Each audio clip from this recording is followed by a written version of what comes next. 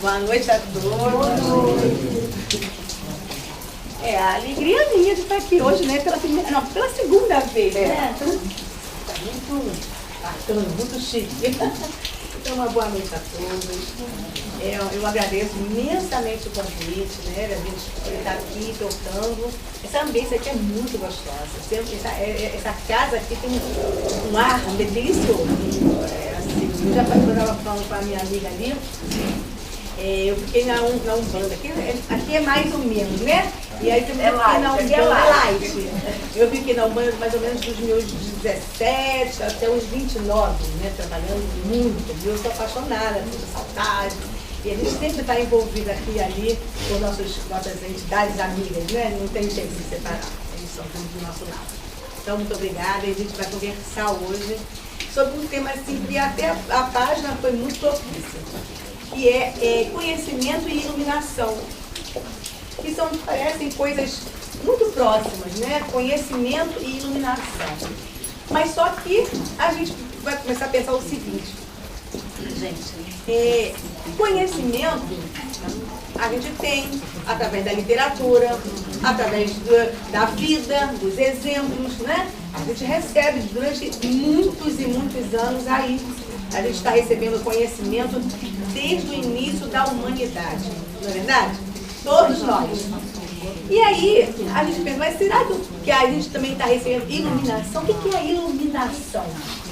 Porque muitas vezes, quantos de nós, às vezes, conhecem, tem uma informação, bastante conhecimento, mas não ilumina, nem a si, nem o mundo onde habita. Por que isso? Por quê? Aí a gente vai ver por que Jesus, esse ser altamente iluminado, de bilhões de anos de existência, como é que esse Espírito chega a gente e traz alguns ensinamentos? Não é porque ele era simplesmente o Filho de Deus, como todos nós somos. Não. É porque o amor dele é absurdamente grande pela sua humanidade. E ele disse lá no Sermão do Monte, né, junto com aquele povo que éramos nós, muitos de nós estávamos lá, a gente tem que ter essa alegria no coração, errantes ou não, a gente estava lá. E aí ele dizia uma frase que é muito séria e que pode parecer assim, ai, eu não entendo muito bem, eu já sei, eu tenho que colocar em prática o que eu aprendo, mas ela é um chamamento à nossa responsabilidade, que é quando ele disse, não ponhais a candeia debaixo do alqueire, mas em cima, sobre o candeeiro, para iluminar a tua casa, todos a sua casa. Muito bem. Isso é muito simples. Quando você traduz uma candeia, um objetozinho que tem ali a sua luz, né? O líquidozinho, o óleo, o querosene, o que seja para iluminar. E o alqueire. O alqueire, sempre achei para mim que alqueire era aquele espaço de um terreno, né? Um sítio de um alqueire, mas naquela época, o alqueire era tipo um tonelzinho, onde você media, guardava, era um medidor dos grãos que se comercializavam. E se você emborca, bota a candeia embaixo do alqueire, emborca, ele tapa a luz. É só isso, é um balde. Que hoje a gente iria dizer, bota a vela embaixo do balde. Então, naquela época, a candeia embaixo do alqueire. E muito bem, se eu tampo a iluminação, ninguém vê a luz. Ele quis dizer, e por quê? Que se Deus, na sua bondade, nesse Pai maravilhoso, que nos desvenda as maravilhas da nossa existência, as maravilhas do mundo, ele nos traz conhecimento desde lá de trás, a gente vai recebendo conhecimento. Por que é que Jesus falava em parábolas? Por que Jesus... Será que todo mundo tinha de saber mesmo? Será que o conhecimento é para todos nós? Por que Jesus falava em parábolas? Simples. Porque pelo amor dele, ele sabe da nossa condição. Nós, cada vez mais a humanidade, esse orbe, vai tendo condições de entender Mas naquela época, nós éramos muito, muito mais infantis do que somos hoje. Somos crianças espirituais, né? Somos crianças espirituais, precisamos do carinho do Pai. Mas naquela época éramos muito mais. Como é que ele ia falar de iluminação, de divisão, de conhecimento? Ele tinha que falar a terminologia necessária para que o povo usasse o material da época, do cotidiano, da vida deles e entender o que estava sendo dito.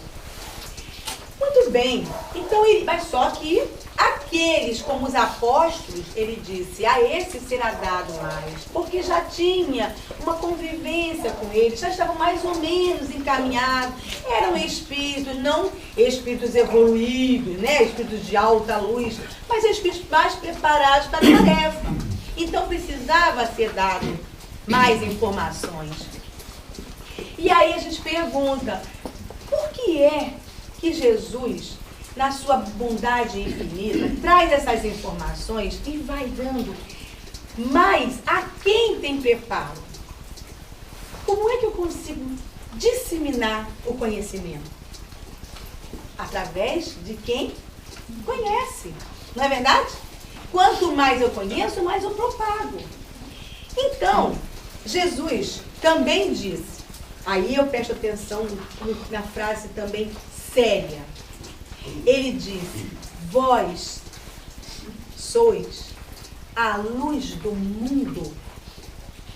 Vós sois a luz do mundo. Gente, não fui eu que disse, nenhum de nós aqui. Foi simplesmente Jesus. E se ele disse, vós sois a luz do mundo, o que a gente tem que fazer com essa informação? O que é a luz do mundo? É a luz em termos de sentimento, atitude, comportamento, amor, informação, formação dos nossos filhos, tudo à nossa volta. E ele disse mais. Olha que coisa interessante. Centelha divina.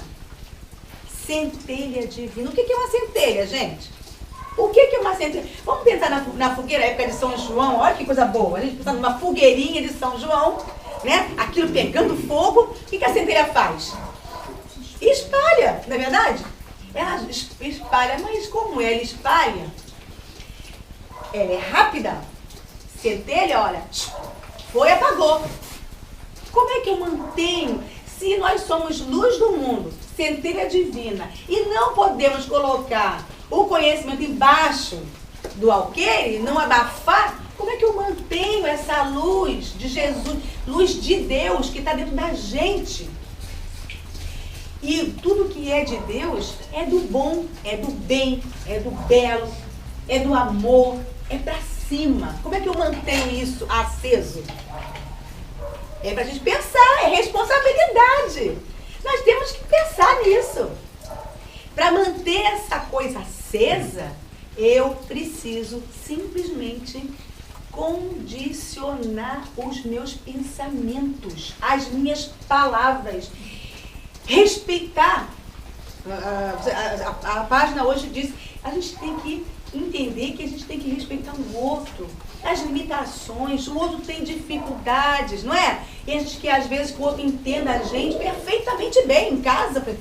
Muitas vezes a gente diz assim, não, a minha opinião, né? A minha forma de viver, eu sou assim e pronto. Isso tudo é falta de usar a luz que tem dentro da gente. Nós temos luz. Todos nós, desde o começo, gente. Mesmo não sendo espíritos de luz. Nós não somos não ainda, não é? Nós não temos a luz de um espírito benfeitor. Mas nós temos luz. E essa luz para crescer só acontece no bem. E aí, continuando aqui, Jesus ainda assim nos disse algumas outras coisas dentro desse ensino de não colocar a candeia debaixo do alqueire. Ele trouxe algumas informações para os apóstolos que vieram perguntar aí depois, Jesus, espera aí, o senhor falou isso lá, né, daquele povo todo, mas Mas ele colocou mais algumas coisas para os apóstolos, que ele dizia assim,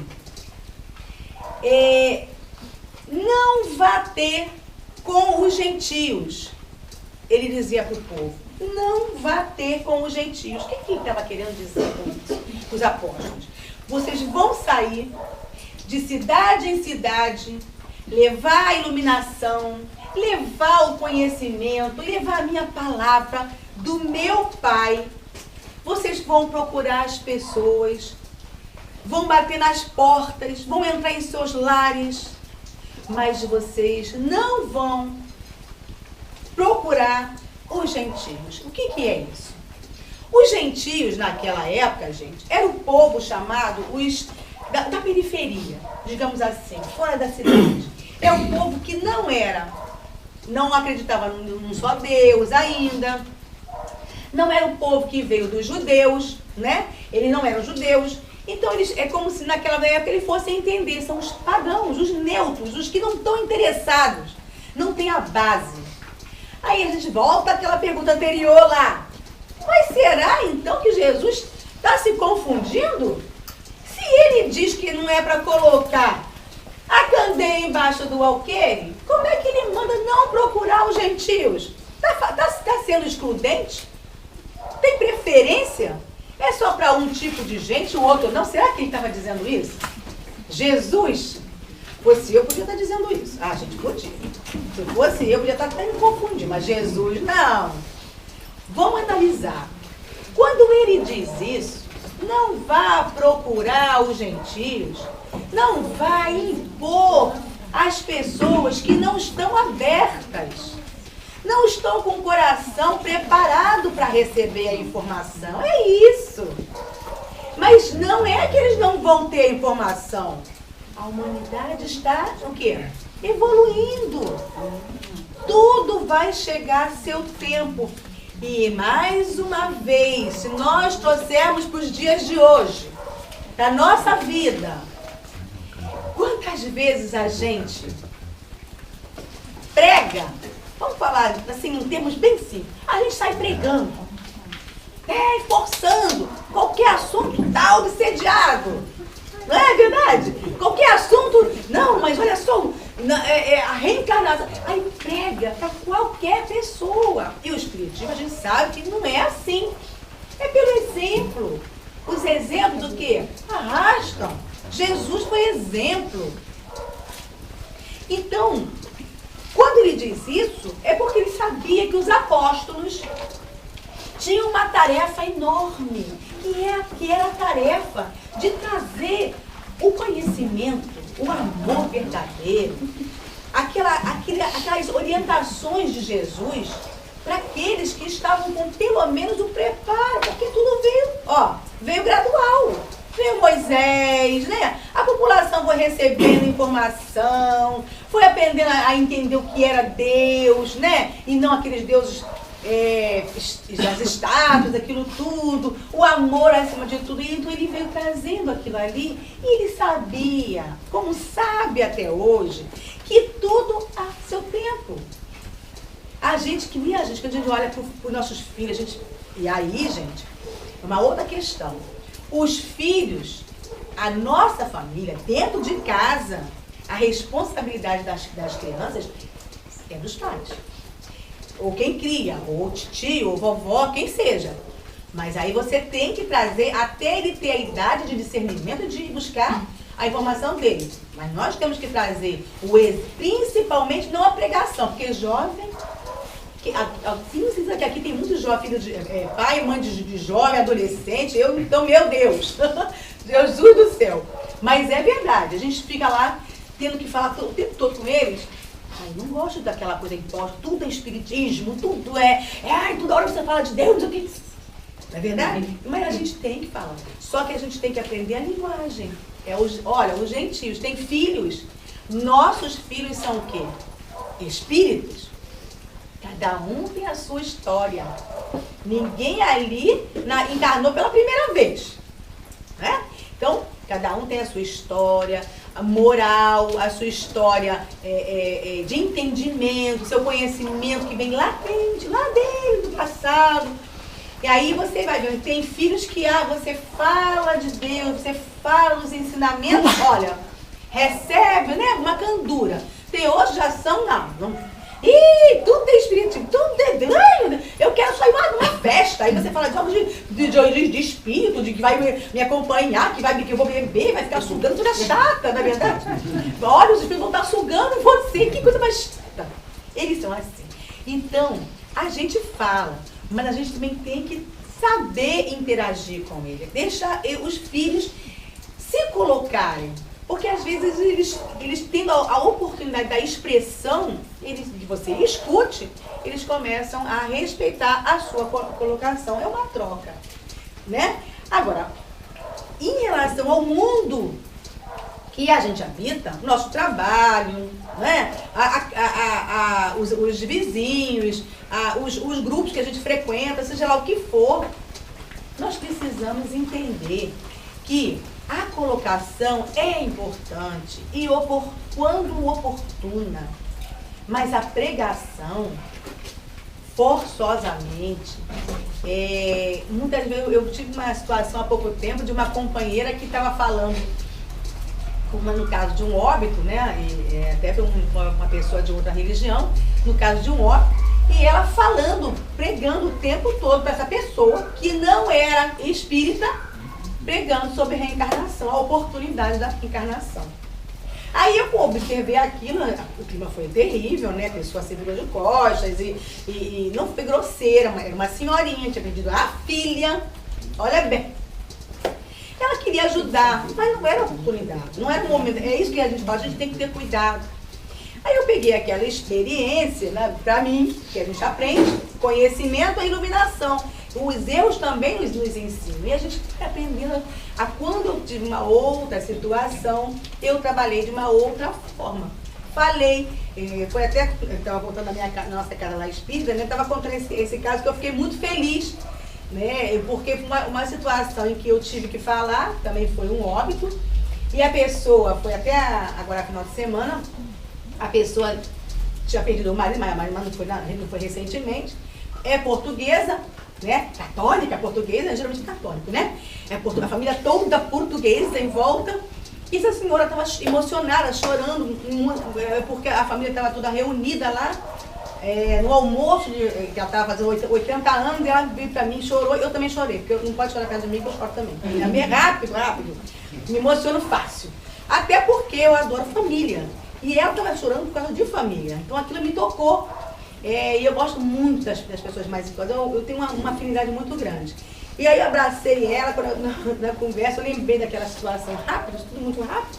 E eu disse a ela falou, eu penso assim, meu Deus, minha família, há muito tempo que eu não vejo fulano, ciclano, né, falando aquela emoção toda. E eu disse a ela, olha só me diz uma coisa, Deus é bom, não é? É bom, Deus é bom. Quantas coisas boas a senhora viveu? Por bondade de Deus. Sua família é linda.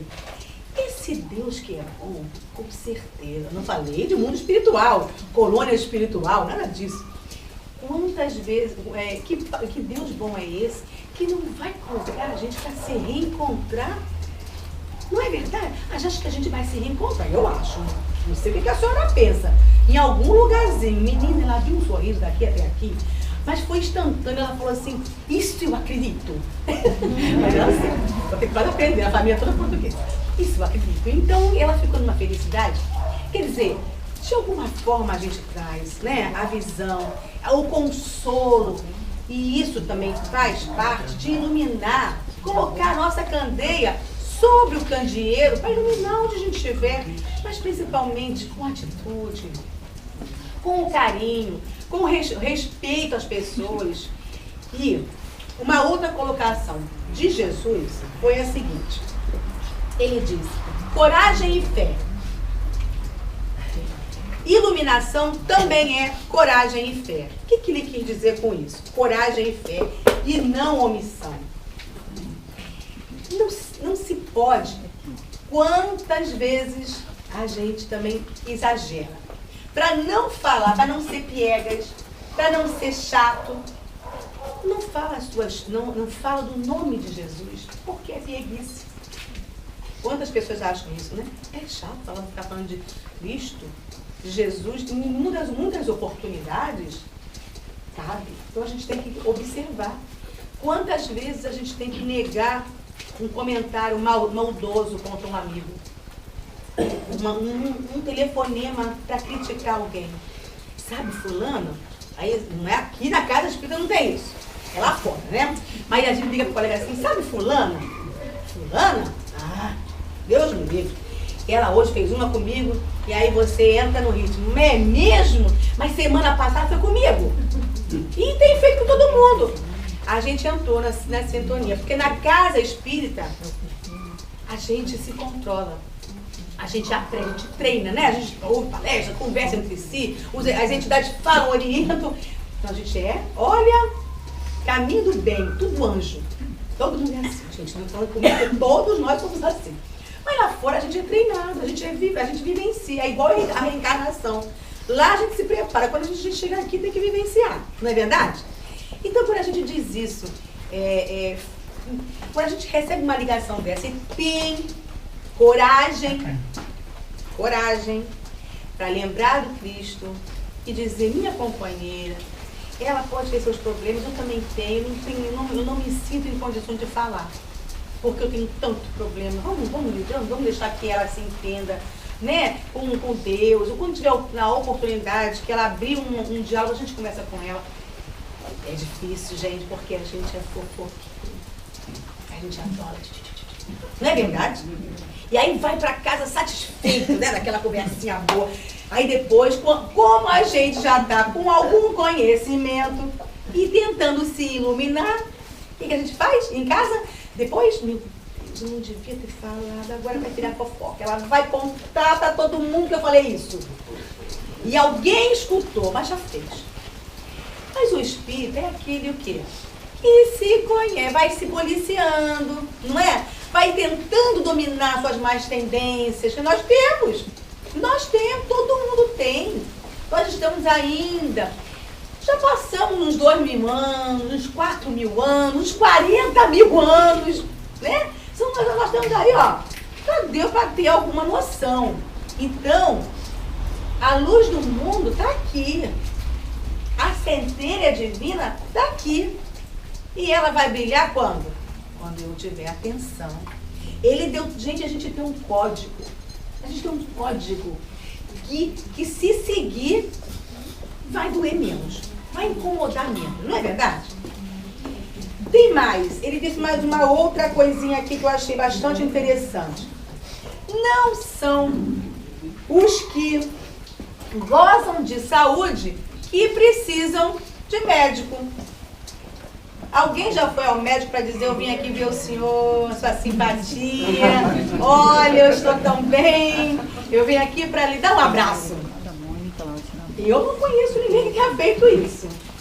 Então, quem precisa de médico? Os dois, nós, todos nós. Então, gente, todo conhecimento não veio para aqueles que são perfeitos. E muitas vezes, aí uma outra coisa para a gente parar e prestar bastante atenção.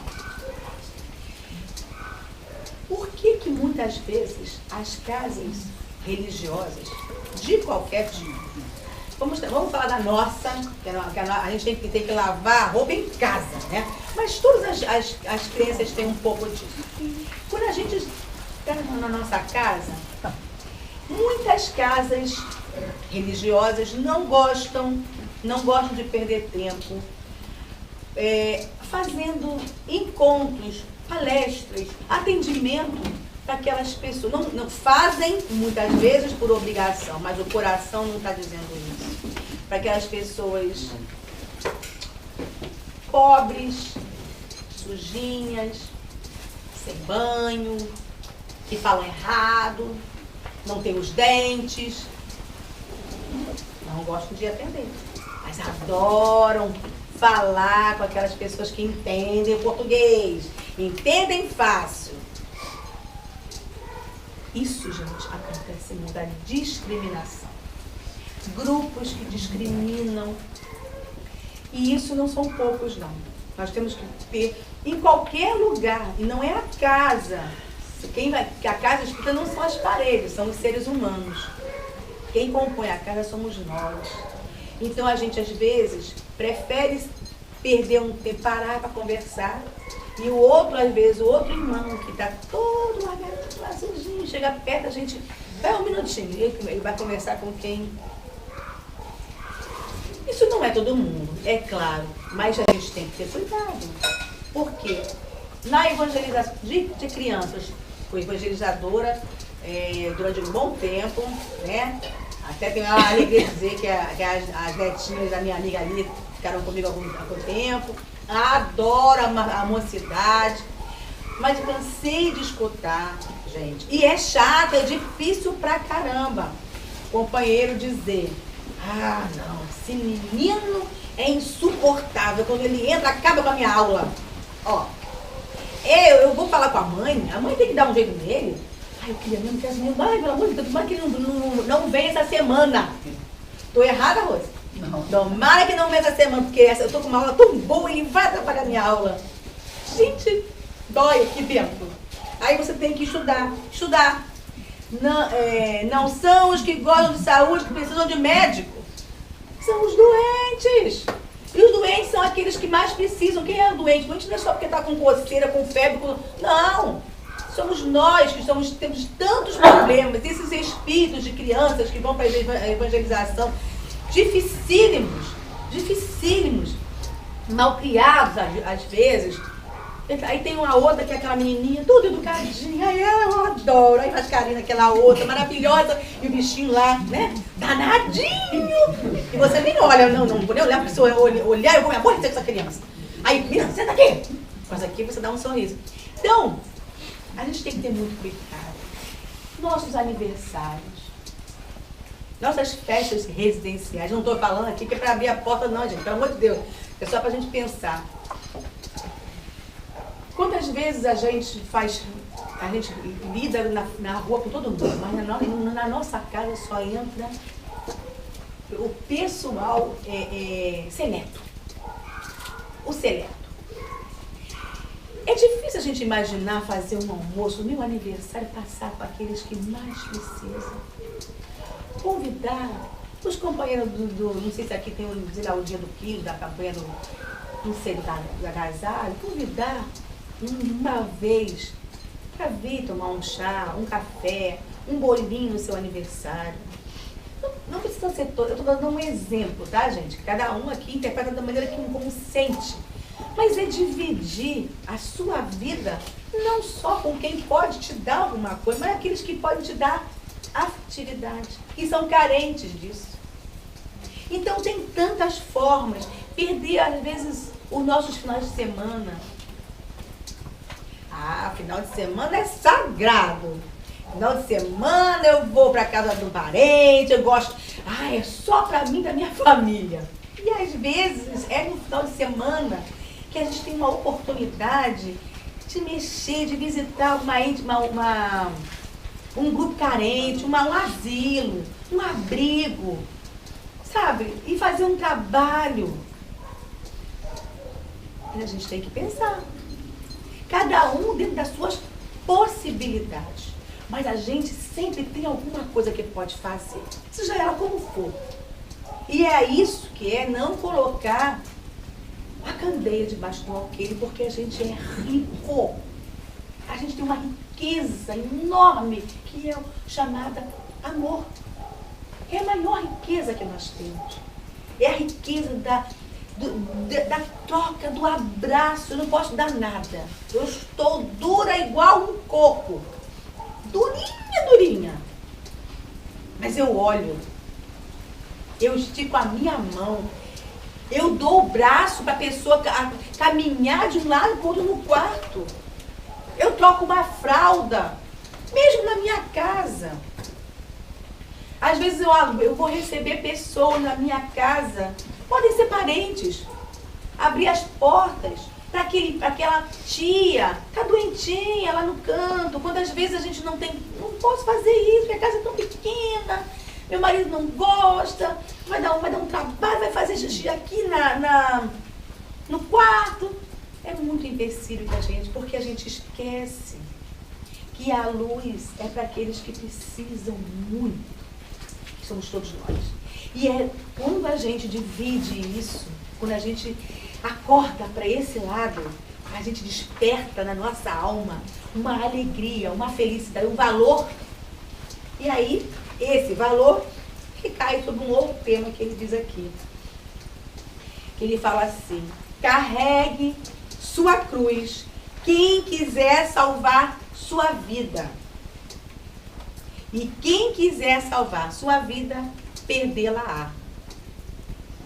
Ih, nossa, Jesus está falando que está mandando a gente abandonar a vida? Não. Qual é a verdadeira vida? Um dia que a gente se encontra mais leve na nossa vida, mais em paz, quando a gente começa a viver o quê? A vida do espírito, porque nós somos espíritos. Eu me lembro de uma aulinha que teve alguns anos atrás para a garotada pequena, né? Que eles diziam assim: tia, o que é espírito? O que é espírito? Eu não sei o que é espírito. Então a gente fez uma aulinha, pegou uma caixa de fósforo e dentro da caixa de fósforo a gente colocou um espelho e fechou a caixa de fósforo, tudo enfeitadinho, com papelzinho. Aí a gente pegou aquela caixa de fósforo, botou as crianças em volta e aí falou assim: vocês vão ver hoje o que é um espírito. Vocês vão aprender. Ah, eu tenho medo. Não, então, é para quem tem medo mesmo conhecer espírito. Vamos conhecer? E aí pegamos aquela caixinha que foi rodando de mão, mas vocês vão olhar o que é o espírito e não podem falar para o outro. Segredo. Cada um vai descobrir na hora certa. Aí aquilo foi passando, aí eles abriram a caixinha assim, olhar. Porque era ele mesmo. Aí a gente conseguiu trabalhar de maneira desmistificada o que é um espírito. É você. Sou eu. É a mamãe. Né? É o vovô. Todos nós somos espíritos. Mas nós estamos aqui com uma roupinha que até machuca, às vezes corta, machuca. Mas a gente não vai ficar aqui para sempre. A gente vai viver uma outra vida. Aí agora pra gente que tá um pouquinho maiorzinho, né? A gente pensa, se eu sou um espírito, qual é a principal vida que eu tenho que viver? Jamais esquecendo que a matéria, o mundo material é o mundo que nós estamos. Então nós temos que viver o mundo material com sabedoria. Mas temos que viver o mundo material lembrando que nós estamos de passagem. Nós não somos aqui, nós estamos aqui. Graças a Deus, não é? Pelo amor, graças a Deus. Não, ter a certeza que o nosso mundo pertence, é muito mais amplo, é espiritual, mas não esquecendo que mesmo do outro lado, nosso corpo é exatamente como a gente está vendo aqui agora. Então, ele será o que nós fizemos dele hoje. Né? Então, a gente tem que saber que viver a vida é perdê-la. O que é perdê-la? É abrir mão do excesso da matéria, gente. Perdê-la, quer dizer, deixa essa vida material excessiva, compulsiva, materialista, egoísta, para lá. Porque é para isso que nós viemos. Isso faz parte do conhecimento e iluminação. A gente já conhece, a gente já aprendeu isso. Lá atrás, quando Jesus começou a pregar, eles estavam despertando, nós, eu tenho maneira de falar eles, não, somos nós, e estávamos despertando para essa visão. Mas hoje não, hoje nós estamos muito mais seguros, muito mais, mas com fé, será? Aquela fé que Jesus me mandou? Eu adoro, gente, de verdade. Eu falo uma coisa muito engraçada lá em casa, todo mundo fala, Meli, tá maluca, mas eu adoro falar isso, é verdade. Eu tenho uma vontade de falar.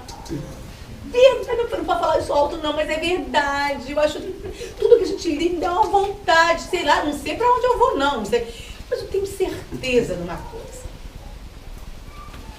Muito abaixo não vai dar pra ficar não. Pelo menos se tiver nesse padrão aqui, encontrando grupos assim como esse, a gente tá feliz, não tá? Oh meu Deus, eu tô rica.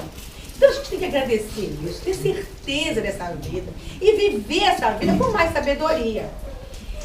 E aí, esses pedacinhos que a gente dividiu aqui, que fazem parte desse tema, que é não colocar a candeia embaixo do alqueire, me trouxe um texto que eu encontrei, que eu gostaria de ler para vocês. Vocês me permitem? Eu não gosto de ler, porque ler é muito chato no estudo assim. Dorme, acorda, a pessoa está lendo ainda.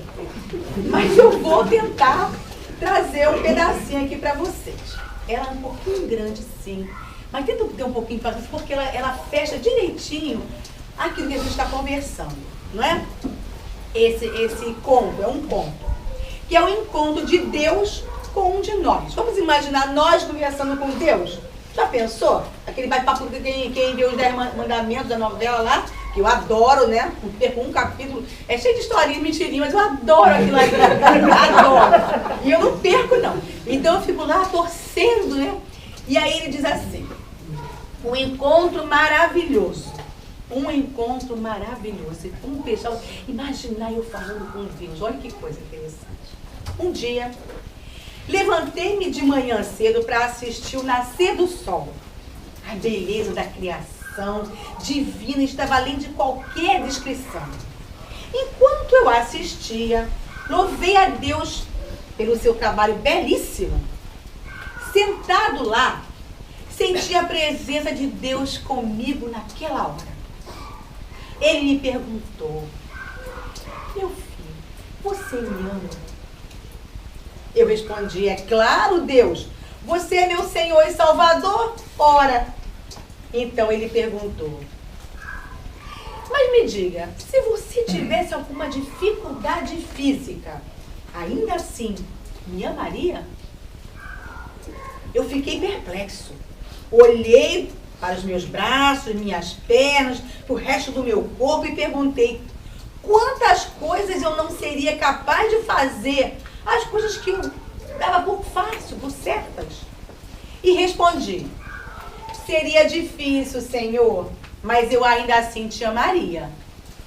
Então o Senhor disse, se você fosse cego, ainda assim me amaria? Como eu poderia amar algo sem a possibilidade de ver, Senhor? Então eu pensei em todas as coisas das pessoas cegas do mundo e quantas delas ainda amam a Deus. Então eu respondi, é difícil pensar nisso, mas eu ainda assim te amaria. O Senhor então me perguntou, se você fosse surdo, ainda assim ouviria a minha palavra? Como poderia ouvir algo sendo surdo? Então eu entendi. Ouvir a palavra de Deus não é simplesmente usando os ouvidos, mas o coração. Eu respondi, seria difícil, mas eu ainda assim ouviria a tua palavra, Senhor. Quando as coisas me querem voltar, pronto. E aí, agarrou aqui. O Senhor então me perguntou, se você fosse mudo, ainda assim louvaria o meu nome? Como poderia louvar sem voz? Então me ocorreu, Deus quer que cantemos de toda a nossa alma e de todo o nosso coração. Não importa como possa parecer, e louvar a Deus não é sempre uma canção, mas quando somos oprimidos, nós louvamos a Deus com nossas palavras de gratidão. Quantas vezes nós não agradecemos? Então respondi, embora eu não pudesse fisicamente cantar, Senhor, eu ainda assim louvaria o teu nome. E o Senhor perguntou, você realmente me ama? Com coragem e forte convicção, eu respondi seguramente, sim, Senhor, eu te amo. Tu és o único e verdadeiro Deus, meu Pai. Eu pensei ter respondido bem, mas então Deus perguntou, então, filho, por que pecas? Eu respondi, porque sou apenas humano. Não sou perfeito. Inteligente a resposta. Então, filho, por que em tempos de paz você vagueia longe, né? Viajando no pensamento? E por que somente em tempos de problemas você ora? Sem resposta, com muitas lágrimas, o Senhor continuou. Porque cantas somente nas confraternizações e festas? Por que me buscas somente nas horas de adoração? Por que me perguntas coisas tão egoístas? Por que me fazes perguntas tão sem fé? As lágrimas continuaram a rolar da minha face. Por que você está com vergonha de mim? Por que você não está espalhando as minhas notícias, as boas novas? Por que em tempos de opressão você chora a outros quando eu ofereço o meu ombro para você chorar nele? Por que cria desculpas quando lhe dou oportunidade de servir em meu nome? Ó, cruzar os braços. Eu tentei responder, mas não havia resposta a ser dada. Você é abençoado com a vida. Então lhe fiz para que jogasse esse presente fora. E eu lhe abençoei com talentos para me servir, mas você continua a virar as costas. Eu revelei minha palavra a você, mas você não progride em conhecimento. Eu falei com você, mas seus ouvidos estavam fechados. Eu mostrei minhas bênçãos, mas seus olhos se voltaram para outra direção. Estou tantas verdades, né? Eu lhe mandei servos, mas você se sentou ociosamente quando eles eram afastados. Eu ouvi suas orações e respondi a todas elas. Nunca ficamos sem resposta.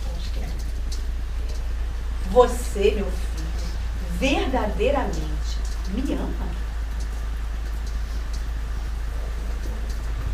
Eu não pude responder. Como eu poderia? Eu estava inacreditavelmente constrangido. Eu não tinha desculpa. O que eu poderia dizer? Quando meu coração chorou e as lágrimas brotaram, eu disse: por favor, Pai, me perdoe. Eu não sou digno de ser seu filho. E o Senhor respondeu: esta é a minha graça, minha criança, meu filho amado. Eu perguntei: então, por que continuas a me perdoar? Por que me amas tanto? O Senhor respondeu: porque você é a minha criação. Você é a minha criança. E nunca te abandonarei. Quando você chorar, eu terei compaixão e chorarei com você sempre que precisar. Quando você estiver alegre, eu vou rir com você. Quando você estiver desanimado, eu te encorajarei. Sempre. Quando você cair, eu vou te levantar. Quando você estiver cansado, eu te carrego. Eu estarei com você até o final dos tempos. Eu te amarei para sempre. Que coisa maravilhosa de ouvir. Eu jamais chorara daquela maneira antes. Jamais. Como pude ter sido tão frio? Como pude ter magoado Deus como fiz? Eu perguntei a Deus: quanto me amas, Senhor?